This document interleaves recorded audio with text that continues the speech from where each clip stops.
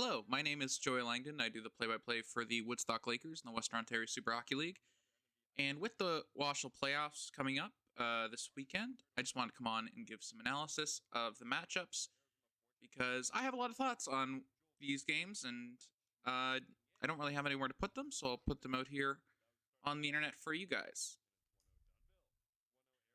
This is all pretty informal. I just want to say I'm not doing this on behalf of the Lakers or anything like that. So if there's any confusion, if I make any mistakes, please feel free to message me. I'll correct them as quickly as I can. If you have any questions about anything I say, please comment and or reach out to me. I'll be happy to answer. This is all super informal. This is just my personal thoughts on the matchups this weekend. Looking at the playoffs as a whole, it's really interesting because if you look at the bracket, if you had gone to the people in charge of marketing the Western Ontario Super Hockey League at the start of the year and gone, okay, make your dream bracket for selling tickets for bringing interest in the league. Make your dream one through eight bracket. This would be pretty close to what you get. Obviously, Delhi, Dunnville, and Orangeville had great seasons in their own particular ways. Delhi massively improved. Dunnville had a great season for an expansion team, and Orangeville had that second half run. Obviously, there were some complications with ownership that made it so when the ownership didn't turn over until mid-season, obviously that made it harder to have a good start to the year. Once that was all settled, they looked really competitive for the back half of the year. Really excited to see what they do next year. Hope DeMello Smith's okay. He got injured in that game against Woodstock. I don't believe he played in either of the playoff games. Really hope to see him back last year. He looked really good in that game against Woodstock. So first up, let's talk about the 1-8 series. First of all, Elora won the wild card series last week. Really good, fun games, all of them. Orangeville put up a good fight against Elora. Dunnville and Delhi was a good game. And then the Delhi-Elora game. Obviously, at the end, Elora came off and won, and they won by, if you just look at the score, it looks like Elora won by a lot. Delhi was really close to them for a long time, and that's Elora's top roster. So really exciting for Delhi. But we'll move on to the 1-8. And Stratford, if they had their choice of any team to play against as the 1 seed, and obviously this season, a lot of parity among all the teams in the league. This is probably who Stratford was least hoping to face in the first round. Elora is a team that had a lot of inconsistency this year, and that came from a lot of player availability. They had a lot of injuries. They had a lot of games with short benches, a lot of games with maybe their second choice lineup out there, and still very good. Obviously, a playoff team, as you can see. But when they have their top lines out there, when they get their Charlie Stevens, their Chad Herons, their Alex Utleys, their Jeff Whites, their Steven Dahls, when they're all in the lineup, this is a team that can really go deep, and they're facing off against the number 1 seed in the first round. These are two teams that have a lot of history, Elora and Stratford. 2 year 1 teams.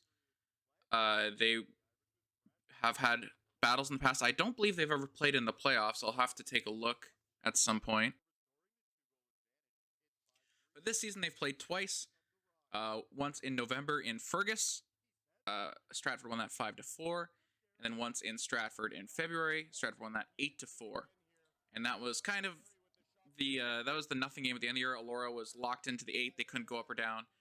And Stratford came out with their first choice lineup trying to get the Mighty Expedite Cup in the 1 seed. So it's hard to read into either of those games. One was a sort of a neutral site game. Elora was playing in Fergus for the first half of the year. Didn't quite have their home ice advantage they really wanted. And the second game, Stratford was going out on all cylinders. Elora was just trying not to get hurt, put up a good fight against their rivals. Stratford is the number 1 seed. This is going to be a 1-3-1 series. So Stratford will get games 2, 3, and 4 at home. Elora will get 1 and 5 if necessary. Stratford, the defending champs, have a really deep lineup, and they're also really disciplined. And by disciplined, I don't necessarily mean just staying out of the penalty box, which they do at a pretty good rate. Only one player over 50 penalty minutes. They are a team that commits their strategy, and it's a flexible strategy. It's a strategy where they game plan for their opponent, and they do it well. Against Allura, look for them to try and shut down their top line, match lines, especially in games 2, 3, and 4. Find Charlie Stevens and Heron on the ice and shut them down as much as possible. Try and get those matchups where you get your first line up against Allura's fourth or third line. And if Allura ends up with a short bench for any of those games, like they have in the past this season, they're going to change up their strategy again. They're going to try and outwork them. They're going to try and win the game in the third period rather than the first or the second. It's a smart team that is able to game plan and adjust on the fly. They're a team that has a system. They're all bought in. And this is a hockey team through and through that doesn't have to rely on star power. Now, they do have some bona fide stars. Graham Berlotte had 30 points this year. This year had an explosion of points throughout the year. 30 points would have normally been a fantastic top-of-the-line year in this league. It's still a very good total. Ray Robbins plays on the line with him a lot. 26 points in only 18 games. Justin Murray on defense, or at least he's listed as a defender, had 8 goals in 15 games for 22 points. And if you take a look at the goaltending they have, they are comfortable with sending either of their guys out there. Zach Weir is their starter. They're going to prefer to send Zach Weir as much as possible. He had an 11-4 record this year. But unlike a lot of teams in this league, they were able to get Darren Smith in the net. They were able to give him a chance to play and show what he's got. And what he's got is he can be a stopgap if you run into trouble. If Zach Weir, for whatever reason, isn't able to play or you feel like you need to bring in someone else, you can get Darren Smith in there, and he can give you replacement-level goaltending in this league. And I don't mean replacement level as any diss. I mean, he will be one of the better backup options in the league because he's a guy that can give you solid 60 minutes of give you a chance to win. Goaltending is a good way to pivot over to Allura, though, because this is a team that lives and dies by Colin Dunn. He was the best goalie in the league a couple years ago. He's still very, very good. 8-13 this year. They have given starts to Liam Austin and Craig Byford as well. But in many games, Colin Dunn's out there with no backup because Allura knows that he will give them the best shot to win night in and night out. Zach Weir's numbers are better in a much lower workload, but Colin Dunn has played games in front of an empty bench a lot of games this year. So, in a playoff scenario where Allura can send out their full lineup, I think you'll see Colin Dunn play a lot better than maybe his numbers suggest. Speaking of that lineup, Chad Heron, 30 points. Like I said, same as Graham Berlotte, is a guy that they're going to look as a scoring threat. But if they have their full lineup, he's not their number one scoring option. Charlie Stevens is. Only 6 games played on the year, but 8 points. Do your point per game math on the back of your napkin. He is a former NHLer. If Allura can get him in the lineup for these playoff series, this is a game, or a series rather, that Allura can win. It's a 1-8, and I think Stratford knows, Jamie Petrie behind the bench, knows this isn't your average 1-8. Series prediction. Here's why Stratford will win, and I'm going to say it for both teams. Here's why Stratford will win. Use that 3 games in a row home ice advantage. Stratford has a raucous crowd and a really old barn that's really beautiful. Use that home ice advantage. Get Allura on the back foot, maybe either through roster construction or just through outworking them, and shut down their top scorers and win games of endurance. Here's why Allura would win. Allura would win by having their entire roster out for every one of these games. Having a full bench, having backup goalie, all that. They will, if they win, they will be able to find Kandata and Heron and Stevens open on the small Stratford and small Allura ice, even with not a lot of room to work, and get them the puck in places to score. Focus on Jeff White on defense, getting him and Spencer McCormick into the game offensively, as well as trusting them defensively and trusting Colin Dunn in front of a revamped defensive front where you are able to get your Tetleys, your Brubackers, your Robertsons, your Whites, your McCormicks all in the lineup. Final prediction for this series, I think Allura takes a game, likely game 1, but Stratford's able to hold on through their 3 home games and takes this in 4. Moving on to the 2v7, the Tillsonburg Thunder taking on the Strathroy Jets.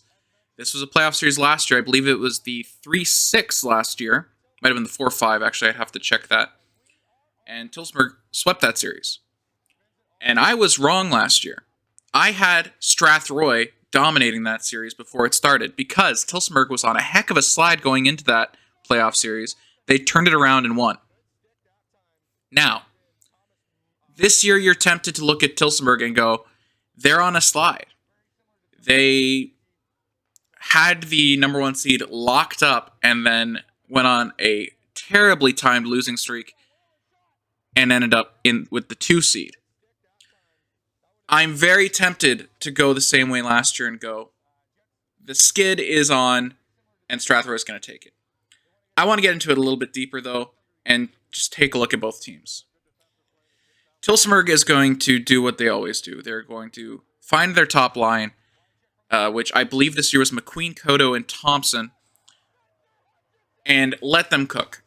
They have a pretty top-heavy roster. Now, that's not to say the rest of the roster is bad. That's to say, I think their top 2 lines are so much better than their bottom 2 lines that it can be a problem when it comes to the later stages of the game. Now, their bottom 2 lines are still great. They'd be top 2 lines of some of these other teams. When you game plan, though, you want to get your best defenders out on McQueen's line and then Andrew Whalen's line, and then maybe you can ease off a little bit on the bottom 2 lines, get your scorers out there. Jay McQueen, fantastic offensive season, 48 points, 2 away from the previous record. Obviously, the record this year was shattered by Kevin Hu, but the previous record held by Dylan Deneau of Tilbury was 50. Jay McQueen was 2 off that. He had a fantastic year, played in 23 games, 14 goals, 34 assists, which is huge, because if you look around him, 15 goals for Cotto, 13 goals for Thompson, 13 goals for Whalen, 10 goals for Forsyth. Not all of them play with McQueen, but McQueen, being such a good playmaker, does trickle down the rest of the lineup. In net, the Thunder have given starts to 3 guys, Matt Sagrot, Jesse Raymond, and Andre Roy. I really, really expect Matt Sagrot to get all 3 to 5 starts in the first round. Jesse Raymond is capable. Andre Roy is capable. They've got 3 really good goalies in that stable. Matt Sagrot is, I think, who they have the most faith in. Had a record of 9-5 this year. Played a lot of the last couple of games. 5 assists also, which I believe is the high for goalies. 399 goals against average. He does have only the second best save percentage on the team, but he was playing the best teams. He was playing those games against Stratford, against Tilbury, against Alvinston, against Petrolia. So I think they trust him to go for this playoff series, especially in a playoff series like this. And as we turn to Strathroy, we get to something really interesting. The Strathroy Jets this season had a record of 12-12, 500. Points percentage of 542 because 2 of those losses were in overtime, but 2 of those wins were in overtime. Perfectly even. They gave up 85 goals, the fewest in the entire league.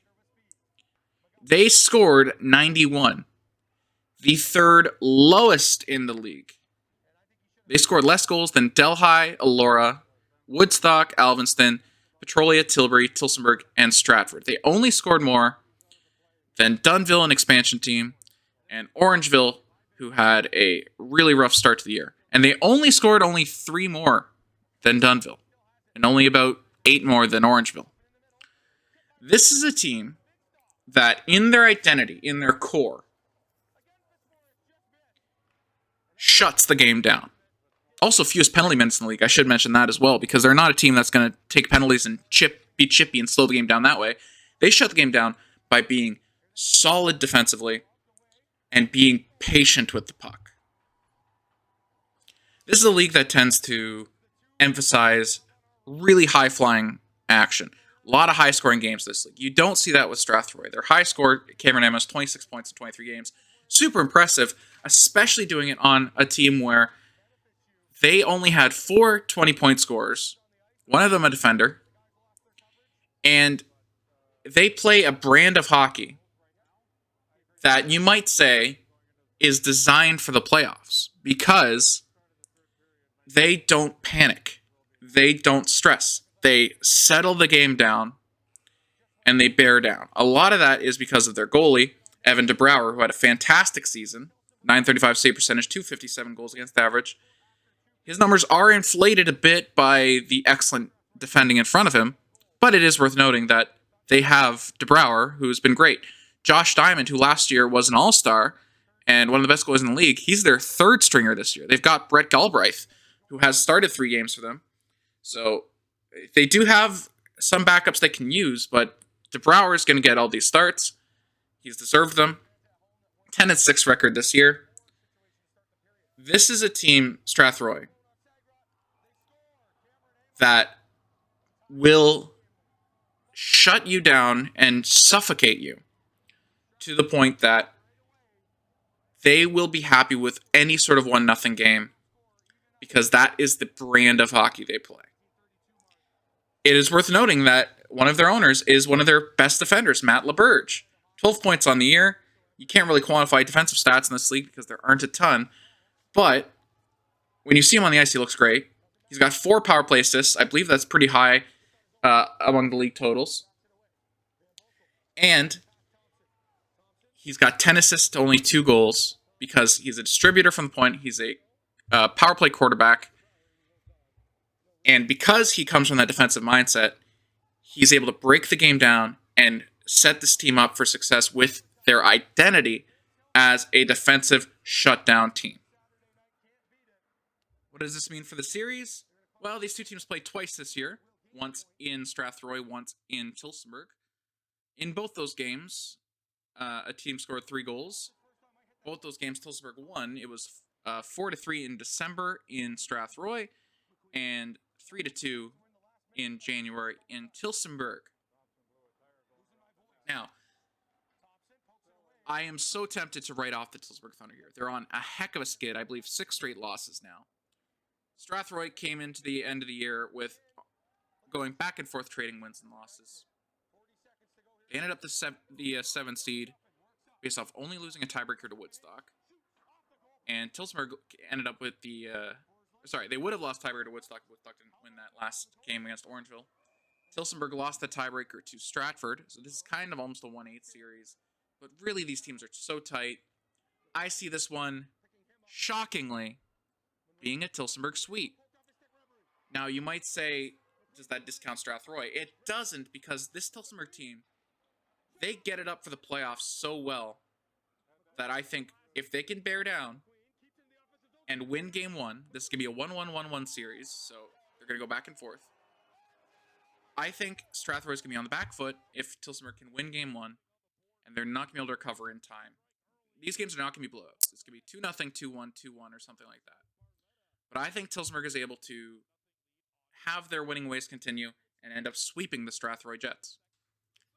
Now, moving on to the 3 versus 6, it's going to be the Tilbury Bluebirds taking on the Woodstock Lakers. And in case you skipped to this point and didn't hear the disclaimer off the jump, I do the Woodstock Lakers commentary. I've seen this team a lot. I'm also paid by them to do their games. They are not paying me to do this. I'm doing this on my own time. But if bias creeps in, I apologize. I will try to keep this as neutral as possible. Now, we'll start with Tilbury. And the Bluebirds have had a very interesting year, because it seems to be really feast or famine a lot of the times. They have revamped on offense a little bit. I wouldn't say revamped. They've retooled on offense. They've added Sammy Banya, who had the same exact stat line as Dylan Denome. 46 points each. Fantastic season, Denome. A slight step down, but you're stepping down from the league record at that point. Travis Winkworth was also great. Austin Jennings did not play too many games, only played 13 games. But when he was in, he was a quarterback. He started to play. He looked great. Mitch Van Teeling was great. I'm interested in see if Vyacheslav Chikrintsev starts playing again, because he was fantastic last season. Only got in 6 games this season. I would love to see him play more in the playoffs.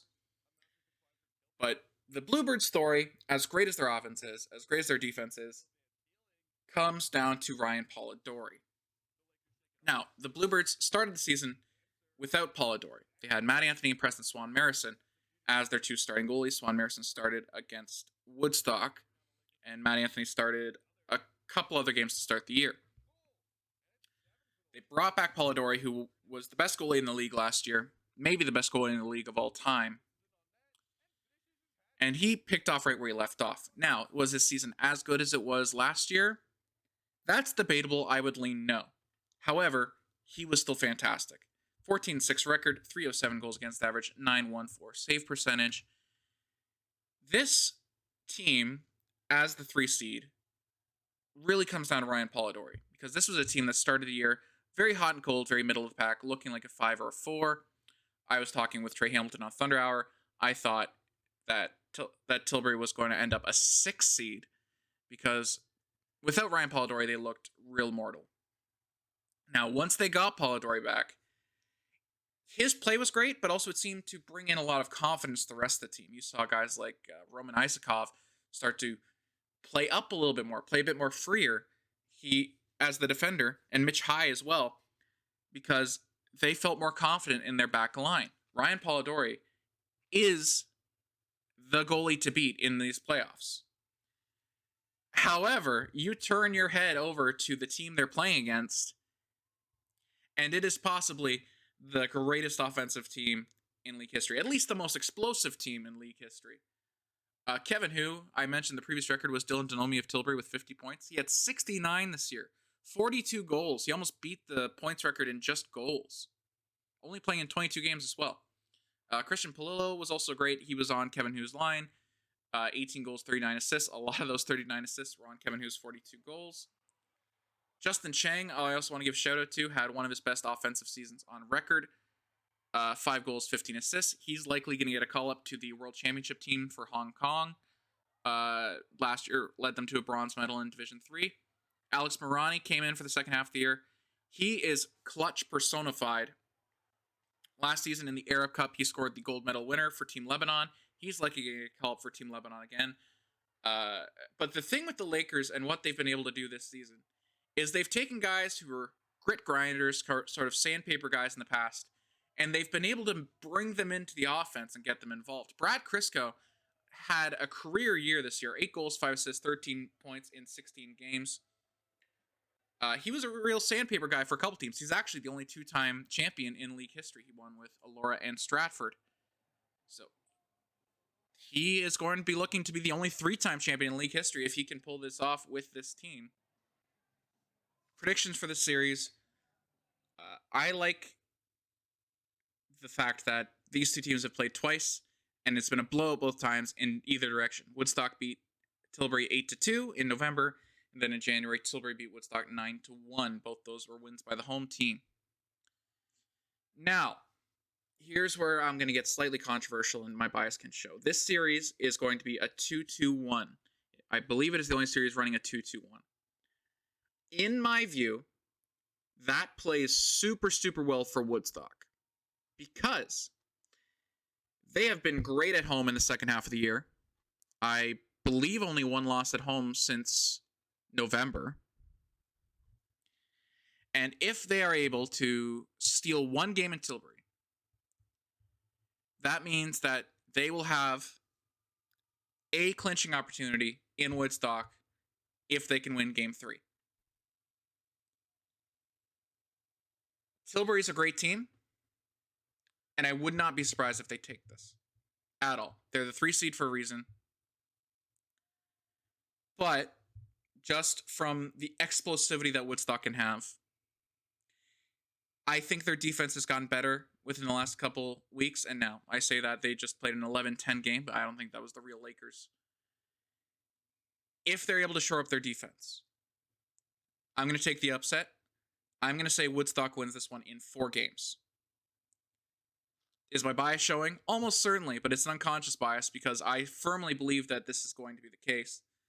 Tilbury is a fantastic team, and if they are able to get through Woodstock, I think they have a great chance of going deep in the playoffs. But just looking at how these two teams match up, looking at how the playoff series is scheduled, I think it's Woodstock in 4. Now we move on to what is my favorite playoff series, the series I'm most excited for in these playoffs. The 4-seed Petrolia Squires take on the 5-seed Alvinston Killer Bees. They had ended up with the same number of points. Petrolia won the tiebreaker. They will get to host the 3 of the playoff games to Alvinston's 2. These two teams have played each other twice, and the barns were packed both times. I am so excited for this rivalry to develop, and this is the perfect opportunity for this to become a real deep rivalry. Like I said, if you were planning this playoff series or playoff bracket before the year, you wanted these two teams to match up in the playoffs, and you're getting it in the 4-5. This is going to be a really hotly contested playoff series here. Let's start with Petrolia.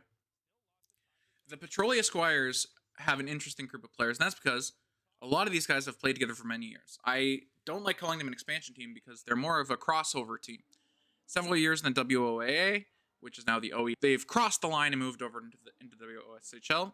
A lot of people were saying, oh, they're going to dominate immediately because they're moving into this new league. That hasn't been the case. Yes, they've looked really good in spurts. They've definitely been competitive against the top line teams early, but they end up in the 4 seed, almost smack in the middle of the league, and they're looking across the county at a very, very good and very improved Alvinston Killer Bees team. Brandon Biggers is their top forward by points. He has 32 assists, some of the highest in the league, 7 goals. The goals mostly go to TJ Harris or Ryan Trottier, 18 and 13 respectively. And if you look down the lineup, you got Craig Wright, Adam Arsenault, Jesse Ferguson, who played really well against Woodstock when they came to town. And then on defense, Ryan Frazier got an all-star nod. Also a good quarterback on the power play. 7 power play assists on the year. I believe that's the league high. And looking down the roster, you've got guys like Kyler Keating, Curtis Helps, Jack Hackett, Cole Harris, Joey Ferreira. A lot of guys who can really help your team late in games. They split their starts this year between Sean Parker, Brandon Campbell, and Dan Eichel. I would expect Sean Parker to get most of the starts in the playoffs. I would also expect Dan Eichel to be the backup for a lot of those games. Brandon Campbell has better numbers, but they've had Dan Eichel start in games against teams that are more their contemporaries, like Woodstock and Alvinston. Or sorry, not Alvinston, Strathroy. Not much more you can say about Alvinston Killer Bees other than what an improvement. This is a team that was one of the original 5 and sort of struggled when the new expansion teams came in. Struggled out of the gate. Found their form this year in a big way. James McEwen was a big part of that. 22 goals, 26 assists, 48 points. But I want to give a big shout out to Carson Perry and Bailey Freifogel, who have been the leaders of this Alvinston Killer Bees team since the start. This year, also good years for them, 12 and 20 and 8 and 13 respectively for goals and assists between them. Both came on really good in the second half of the year. In net, they're going with Nolan DeConing almost certainly. They've had Dane Gubbles and Mateo Lalama as well, but Nolan DeConing has looked fantastic for a lot of this year. 904 save percentage, 9-5 record. Not much more you can ask of him. These two teams played twice, once in Alvinston, once in Petrolia. Packed barn both times. Really excited to see the playoff atmosphere we're going to get in the Alvinston-Petrolia series. Alvinston won both games, which at the time was a bit of a shock because Petrolia was seen as this team that was going to be much better than Alvinston. We saw that wasn't the case. Alvinston was able to do a lot better. I really like how Alvinston matched up to Petrolia in those games. I think those are the best 2 games Alvinston played all year. And now I'm going to be a little controversial again and say that I think that's going to continue. I think Petrolia is a super good team, and I think, genuinely, if Petrolia had drawn any of the other 7 teams in the playoffs, or other 6 teams in the playoffs, they would win their series. As it stands now, Alvinston's going to win the series in 5. Petrolia's going to get 2 wins in this series, likely in Petrolia. But wow, Alvinston plays up to the Squires so well, and they seem to feed off that crowd. In Alvinston, in Petrolia, huge crowd for Alvinston Petrolia games. And the Killer Bees seem to rise to the occasion a little bit better than the Squires do. So, in this, what should be a really fun playoff series, I'm so excited to watch, I think Alvinston wins this series in 5. Now, how the bracket works, if all my predictions were correct, which they will not be, I'm certain to get at least a couple of these wrong, it would be Stratford Woodstock and Tilsonburg Alvinston in the second round. Would also be super fun series. No matter what happens, I'm really excited to see the first round of these playoffs. This has been the best season in WOSHL history. It's going to be the best playoffs in WOSHL history, just based off the matchups we got in the first round. Super excited to see how this turns out. Let me know what you think in the comments. Let me know who you think has a great chance of winning. Thank you for joining me, and see you on Woodstock Lakers broadcast on Sporfy.